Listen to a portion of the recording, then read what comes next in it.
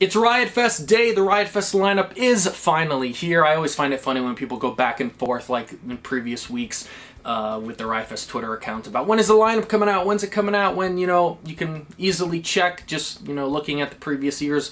The lineup pretty much comes out at the exact same time, whether looking about articles from, you know, like Brooklyn Vegan, stuff like that, about reacting to the Riot Fest lineup, videos like mine. You can look pretty easy on YouTube to look at the previous year when around the time I make these videos, because I make these videos when the lineup comes out, so it's not that hard, but maybe people like getting roasted by the Riot Fest Twitter account, who knows. But anyway, let's jump right into it and talk about all the bands and artists on the lineup.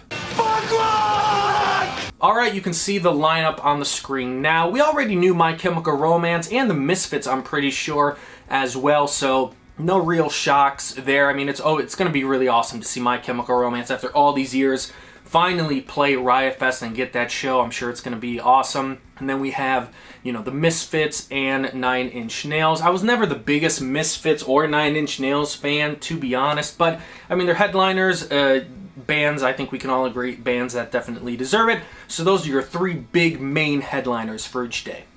I won't react to every single band on the list. I'll just kind of go through and, you know, talk about any band that, you know, that I have something to say about. Alkaline Trio, obviously, you know, legendary Chicago band. I think everyone, you know, positively reacted to the band's last album, Is This Thing Cursed? And, you know, if Alkaline Trio plays, you know, every Riot Fest going forward, I don't really think anybody's going to bat an eye or, you know, be upset about that. They're a great band. You know, their most recent stuff is really good. I really like that last record, so, you know, nothing bad to say about Alkaline Trio. The Descendants, also, you know, legendary punk band, obviously, as well. I think with the last album, it was a little bit, like, I think a 50-50 mixed reaction. But they also just put out their, I can't remember the name, but the last album, the blue cover, that's what's popping in my head right now about, like, material that they just never put out before. And from what I heard from that record, that was pretty good too. The Wonder Years obviously have a new album out, one of the biggest bands in emo pop punk, whatever you want to call it, so that makes sense. Jeff Rosenstock, I mean, the legend Jeff Rosenstock, if you watch this channel, you know that, you know, Jeff is, you know, as far as current bands that aren't like, or artists, I guess I should say, that aren't like legacy bands, you know, that were putting stuff out, you know, 30 years ago, you know, one of the top acts in the punk rock scene for sure. So Jeff Rosenstock, if you watched my previous video about, you know, I said that bands that should headline Riot Fest, and I mean that, you know, that last slot play for an hour and a half, I said it back then, and I truly believe that Jeff Rosenstock is one of the bands or artists that should get that slot. I mean, what he's done, you know, for the scene with the music industry, releasing music for free, putting out just all the, you know, music that he does year after year. If anybody deserves that My Chemical Romance or Misfits or 9 Inch Nails slot, I truly believe that Jeff Rosenstock could do that and definitely deserves it. Less Than Jake, Lagwag, and I think, you know, nobody bats an eye at those. Lucky Boys Confusion, a Chicago band that pretty, I would say, underrated in the grand, you know, scope of the scene. You know, they have some great songs, What Gets Me High, Hey Driver, Atari, some classic songs. I don't think I've talked about them too much on the channel, but pretty, you know, it's always nice to see them on a lineup. You always see them, especially living in Chicago, playing shows around town. Hot Mulligan, so, you know, one of the biggest bands, I don't know about younger bands, but like in the younger crop of the scene for sure, so it's nice to see them, you know, get that recognition here. Boston Manor, Sincere Engineer. Pale Waves is a band that I've put on, you know, year-end list as well. I really like what they're doing. I think they have another album coming out soon that they, like, just announced, so props to them for just, you know, constantly putting out music as well. And nothing other, like, crazy after that. Yellow Card reuniting is pretty big. I think this is, they tweeted about it, their first show after going to hiatus in like 5 years. So I feel like a lot of the bands, didn't Motion City Soundtrack had that as well, where they broke up or an extended hiatus and came back like a year later, maybe like before COVID, and everybody kind of made fun of them for that. But hey man, like, you know, I'm not faulting, you know, I like to see, I don't think I've ever seen Yellow Card actually play, so that would be kind of cool. And I've said it on this channel before, and I stand by it. The last few Yellow Card Records are clearly their best work. Like, to me, it's not even up for debate. Now, if you grew up with Yellow Card and, you have memories of, driving with your crush listening to Ocean Avenue the week it came out, well, that's different. That was not me. But the last few Yellow Card records, before their last one, I thought were some of the best stuff that they ever put out. A big one here, Sunny Day Real Estate finally reuniting. I think everybody's been waiting for that for a long, long time, and I think if you paid attention to their Instagram over the last few days, this really isn't shocking, but Sunny Day Real Estate, one of those bands, I feel like it falls in the category with like American Football, a band that, put out music a long time ago and, had a very niche hardcore fan base, and then like blew up when like more of like social media really blew up as well, and everyone was like, yeah, these songs are great. I don't know why this band isn't more popular. So kudos to them, and good for them, well deserved for them to get on. It looks like they're in big font on a lineup, so I feel like they're going to definitely have enough time or an extended set and play everything that, everyone wants to hear after not seeing them for so many years. Bad Religion, what else is there to say about Bad Religion? Legends. Youngblood, that's kind of an interesting one. There's also Youngblood, and right under it, if you're looking at the lineup, is Jaden, so that's JXDN. You might not know of him if you're not on TikTok or hate all like the new and upcoming pop punk bands that a lot of people make fun of, but it's kind of crazy if you don't know who Youngblood and Jaden are, and knowing who they are and seeing them on a lineup, with Bad Religion and, Alkaline Trio and Jeff Rosenstock and Sunny Day Real Estate. That's kind of crazy, and I feel like some people might have strong reactions to that, but kudos to Riot Fest for not, it's what I've said about Epitaph as well, this legendary punk label, obviously, speaking of Bad Religion, and they're putting out, emo rap or these young pop punk bands, and they're really trying to cover the whole scope of the alternative scene, which is what I like to think I do on the channel by talking about a bunch of different bands, not just your 3-chord punk bands, which I love, so don't get me wrong, but seeing Youngblood on a list with Bad Religion is kind of crazy. You might as well put, can you imagine if Machine Gun Kelly was on this lineup next to Bad Religion?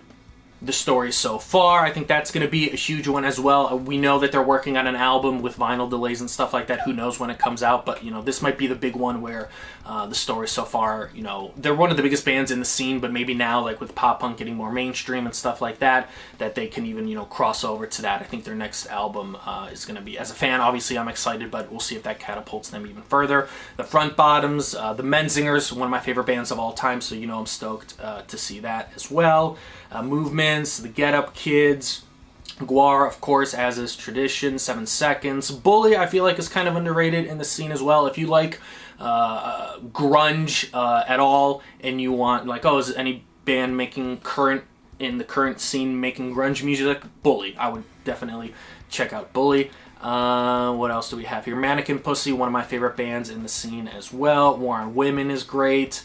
Thick is playing. That's awesome. I thought I lost their vinyl record, but I have it and I found it, so that's great. Thick, they're 5 years behind, bumming me out. A really underrated record, the last one that they put out, but if you like just punk rock and you're like, everything's too emo, everything's too pop punk, go check out the last Thick record. It's phenomenal. I don't know what else to say. Here it is, Thick, 5 years behind. Again, if you're looking for a straight up punk rock record, definitely check it out. I think it's super underrated, and it came out in the last few years, so you don't have to go back 20 or 30 years to hear great punk rock. Moving on to Sunday, we got Jimmy Eat World, The Academy Is, Action Bronson, The Main, Midtown. Seeing Midtown reunite is cool. I've talked about it on Twitter, but I remember hearing their song Give It Up on whatever year they were on the Madden soundtrack. That's where I found out a lot of music. I never played the Tony Hawk games as a kid, so anytime there was alternative music on Madden, I played a lot of Madden, so that's always cool. So seeing Midtown, underrated too, I think, in the grand scheme of things, so it's nice to see them kind of reuniting and get their due, so props to Midtown for getting on the lineup.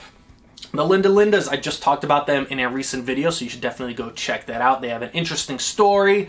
They're young. They're so young, and they just put out their debut album. So the future and seeing what the Linda Lindas do going forward is going to be one of the big stars, I think, to watch over the next 5 to 10 years in the scene. Like, they can easily be one of the bands that takes over. Like, on my opinion, no question about that. And their last record, or the first record, but the last one as I'm recording this was awesome. So definitely check that out and check my video out. I'd appreciate it.